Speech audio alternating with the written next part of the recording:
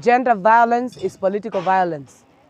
And any man who wants to vie on the basis of him being male chauvinism cannot be condoned and has no room in the 2010 Constitution. And therefore, I will call again upon the IG, the DCI, the Kenya Human Rights Commission, and even international community, because it is us women who get persecuted anytime there is electoral violence.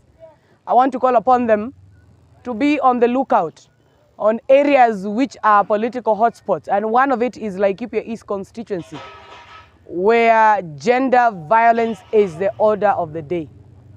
It is not once or twice I have been attacked. It is not once or twice I have been threatened, and people and goons and criminal gangs being sent by male politicians.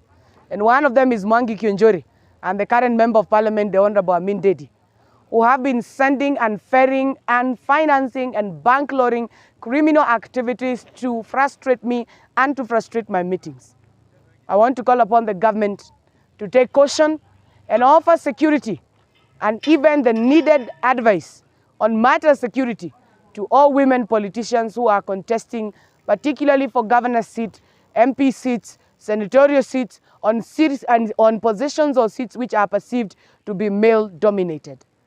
There are people who are still suffering in the old cultural practices where they perceive a woman as an object.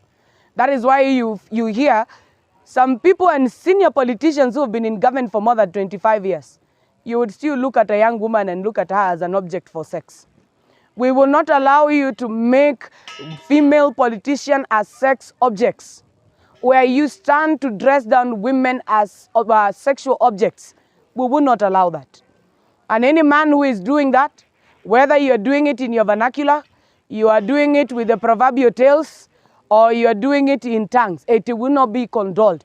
And I want to ask the IG to be on the lookout and put these men on radar and punish them for impunity as it is being promoted.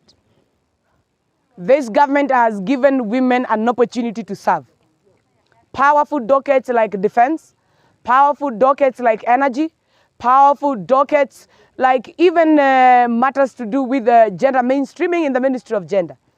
It is fronted by women.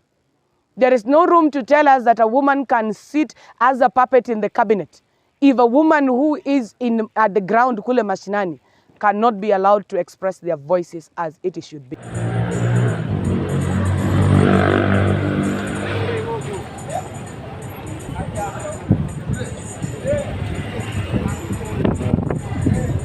Because he is our son. We respect him. We may not love him, but we owe him respect as a president. But I want to categorically state this.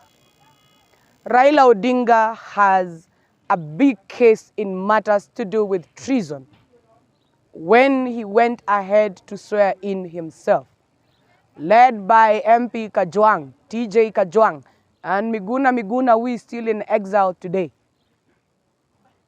I only have a problem with President Kenyatta taking somebody who has committed treasonable crime and pulling him and further going ahead to endorse him as a presidential candidate.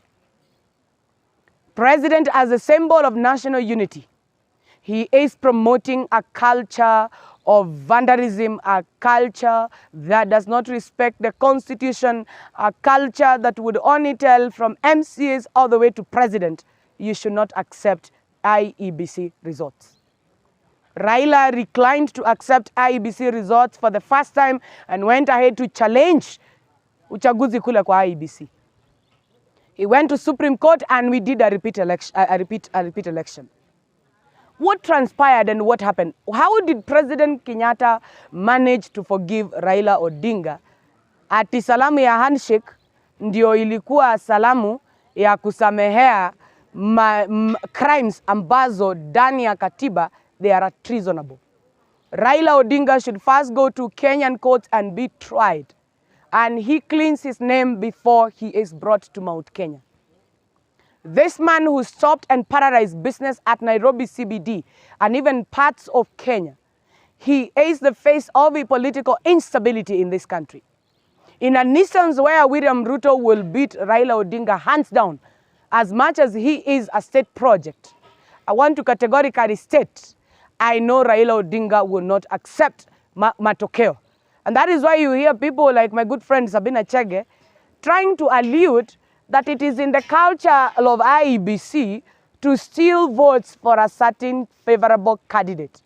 And she's trying to tell us that even 2022, IEBC will be in the name of rigging for a favorable candidate. And that will not happen. We are looking upon IEBC to see what you will do and how you will treat this matter.